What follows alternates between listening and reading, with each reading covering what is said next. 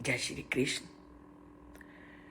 उस परम पिता परमात्मा को प्राप्त करने के लिए लोग अलग अलग के रास्ते अपनाते हैं। जैसा कि हम संसार में देखते हैं, कोई उस परम पिता परमात्मा की मूर्ति पक्ष की को लेकर उपासना करता है, तो कोई निराकार परमात्मा की उपासना करता है। कोई वेदों के अध्ययन से उसको प्राप्त करना चाहता है, तो कोई ज्ञान के माध्यम से, तो कोई तप के माध्यम से, अनेक विधि विधानों के माध्यम से सभी अपनी बुद्धि के अनुसार उस परम पिता परमात्मा को प्राप्त करने का प्रयत्न करते हैं। पर गीता में उस परम पिता परमात्मा को प्राप्त करने का सबसे सरल उपाय बताया गया है साकार भक्ति। अर्थात वह भक्ति जो उस परम पिता परमात्मा से हमारा जल्दी से जल्दी नाता जोड़ दे, वही भक्ति श्री कृष्ण के द्वारा वर्णित की गई है, जिसे उन्होंने नाम दिया सगुण भक्ति या भक्ति। और उसी भक्ति का वो 12वें अध्याय में अर्जुन को वर्णन करते हैं। अर्जुन के माध्यम से वह पूरी मानव जाति को यही सीख देते हैं कि कठोर तप करना, वेदों का अध्ययन करना और अन्य प्रकार के कठिन तप का आश्रय लेना सभी मानव के वश की बात नहीं होती। इसलिए अगर मानव सहज भक्ति का मार्ग अपनाता है तो वह भी स्वाभाविक रूप से मुझे प्राप्त कर लेता है। उसी का वर्णन वो कहते हैं कि तुम चाहे सरल से सरल उपाय का आश्रय लो, तब भी तुम मेरे तक पहुंच सकते हो। तो क्या कहते हैं वो कहते हैं तेषाम अहम सम उद्धरतः मृत्यु संसार सागरात भवामी नाचिरात पार्थ मई अवेशित चेतसाम।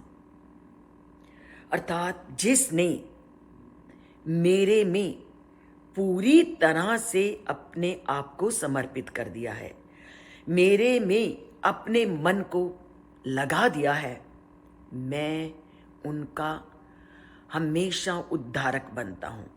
मैं हमेशा उनकी सहायता करता हूँ। मैं उन्हें संसार के आवागमन के चक्र से मुक्त करता हूँ। जन्म और मृत्यु के सागर से मैं उनको पार उतारता हूँ। तो आप स्वाभाविक रूप से उस भक्ति को प्राप्त करने का प्रयत्न करो। साधारण वे से उसे अपने परम पिता परमात्मा का भजन करो, तो भी आप आसानी से मुझको प्राप्त कर सकते हो। तो वह कठोर तप करके, कठोर अध्ययन, इन सब का बहिष्कार करते हुए केवल भक्ति के द्वारा ही सहज रूप से अपनी प्राप्ति का मार्ग बताते हैं। वो कहता है जो सहज रूप से प्रतिपल मेरा स्मरण करता है, मैं उसका हमेशा उद्धार करता हूं। मेरे लिए आपको कोई कठिन तप, न किसी ज्ञान को प्राप्त करने की आवश्यकता है, न शारीरिक कष्ट देने की आवश्यकता है। मेरे को आप जहां बैठो वहीं बैठकर आप मुझे प्राप्त कर सकते हो, मेरा भजन कर सकते हो, मेरी आराधना कर सकते हो। तो केवल सच्चे मन से मेरी भक्ति करो।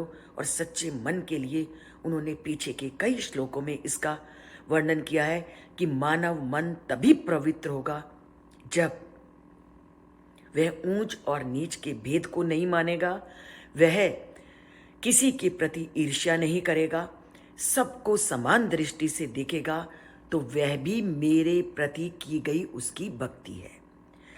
भक्ति का तात्पर्य है अपने मन को सभी प्रकार के कपटों से दूर रखना, ईर्ष्या द्वेष की भावनाओं से अपने को हटाना, जो इन सब चीज़ों से अपने को दूर कर लेता है, वही मुझे सहज रूप से प्राप्त हो जाता है।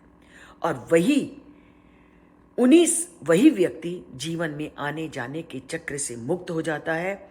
और मैं हमेशा ऐसे लोगों का ही उद्धार करता हूँ जो अंदर और बाहर से पूर्ण रूप से एक जैसा व्यवहार करते हैं और मानव के प्रति उच्च विचारों को और ईर्ष्या रहित दृष्टिकोण को अपनाते हैं। तो अपनाते हैं आज से श्री कृष्ण के द्वारा अपनाए गए दृष्टिकोण को, मन को उस परम पिता में लगाते हैं और संसार में सभी के साथ एक जैसा व्यवहार करते हैं और मन में कभी भी ईर्ष्या की भावना को जागृत नहीं होने देंगे।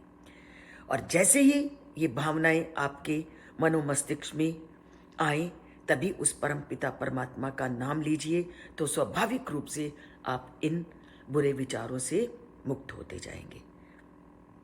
तो बुरे विचारों से मुक्त होना है, उस परमात्मा के प्रति अपनी भक्ति को प्रकट करना है, तो हमें उनके श्लोकों को ज़रूर पढ़ना है, ज़रूर सुनना है और उनके प्रति अपने मन को लगाना है। और उसके लिए आप प्रतिदिन भेजे गए श्लोकों को सुनिए, पढ़िए, जैसा आपको अच्छा लगता है। हम दोनों ही तरीकों से आपको उनके संदेशों को भेजते हैं। तो उनके संदेशों को पढ़ना है तो चैनल से जुड़ना है और सब्सक्राइब ज़रूर कीजिए और अच्छा लगे तो लाइक भी कीजिए। जय श्री कृष्ण।